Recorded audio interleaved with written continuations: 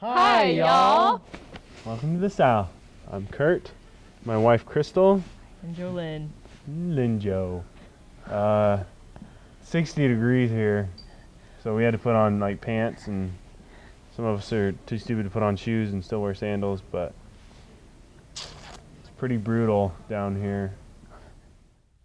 So we're standing in front of Melanie Mitchell's house, and Andrew Mitchell, I guess, and the box truck, which I drive so often it's sick.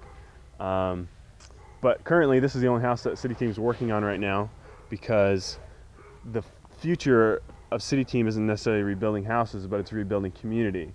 And we're not sure where the funding is going to be in the future for the houses either. But we're not here to talk to you about funding anyway. We're here to talk to you about what the Lord's doing. So community outreach, huge. And we'll still take groups for rebuilding. In the future, they just may work on other organizations' projects, but we'll still house them and do the City Team thing. But we just have the great opportunity to start developing more community instead of focusing on rebuilding houses. And one of the things that we just did actually was Thanksgiving over here with the Mitchells, and then volunteer groups that have come down, just other people in the community.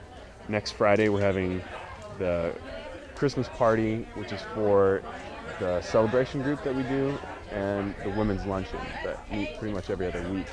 And it's just a great opportunity for us to get the men involved that are already in the City Team's influence.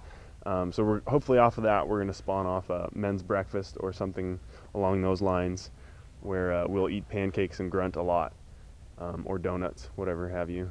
And so anyway, just developing more home groups. And then another thing that we're doing is the kids art camp, which is going to be every month. Yeah, this is something that the Lord is really wanting to happen. Things are sort of just falling into place. Bay St. Louis was really known as being an artist community on the coast, and people are just springing up in order to put on a kids art camp that will incorporate art therapy. So this is something we're really excited about, doing a kids art camp one Saturday a month and getting the kids together and loving on them and getting their families involved and loving on them. It's really just something amazing that we don't have to plan and make happen. The Lord is really excited about Every people aspect coming of over this, and doing this. We had an art therapist that came down that we didn't plan for. There's just like, hey, there's an art therapist coming down. Would you guys be interested in doing a little session with her? And we're like, yeah. And then there's a museum that heard about it and is going to partner with us maybe. So it's just, the Lord is really much putting it together. And it actually was so much so that it helped me understand what we're supposed to be doing down here. And it's not that we're like these great people from God who are going to be like vessels of the Holy Spirit necessarily and showing God's will. We're here to like catch what's going on and just facilitate it. Like this whole art camp was totally outside of us.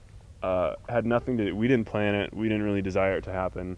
It just came about, and we're the ones going to facilitate what the Lord's doing. So really kind of help open up our eyes how the Lord's moving down here and what our role is. This is a new temporary housing that FEMA has brought down. This is a FEMA cottage.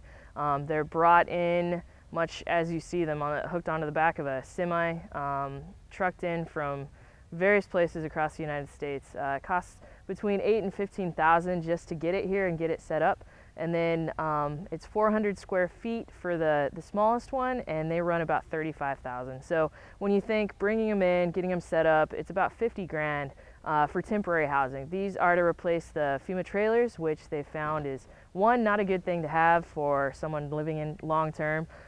Two, a lot of the trailers that have come down, I'm sure you heard about the formaldehyde and all of that, just from different areas, they've just been having problems. And so this is FEMA's attempt to try and get a better temporary housing, but it still is temporary. This is not something that this person is going to be able to live in past March unless they decide to purchase it. So that's kind of a new thing that's going on with FEMA down here. Pretty much on a daily basis, driving down the highway, you'll see one of these come in. They come in like 4 different colors. You've got your green, your peach, your blue, and I think they've got one other color too. But they are kind of popping up all over the place. The other thing that you notice is there's not as many trailers down here as there used to be. Either a few of them are being replaced by the FEMA cottages, or there are just a lot of people who have given up and decided that they needed to go try and go someplace else.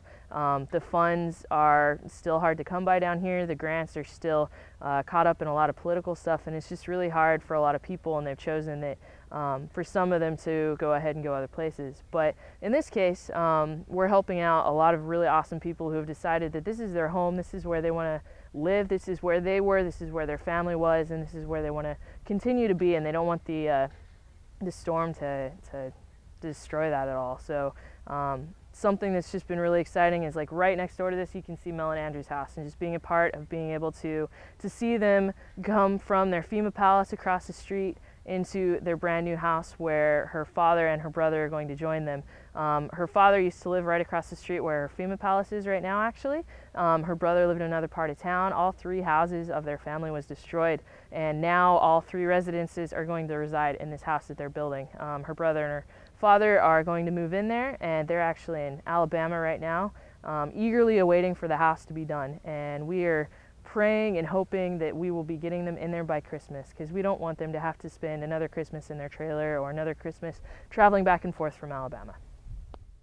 On behalf of all of us and everyone down here in Mississippi and Bonnie and Di, just thank you for partnering with us and being involved down here through your prayers and coming down here and financial support.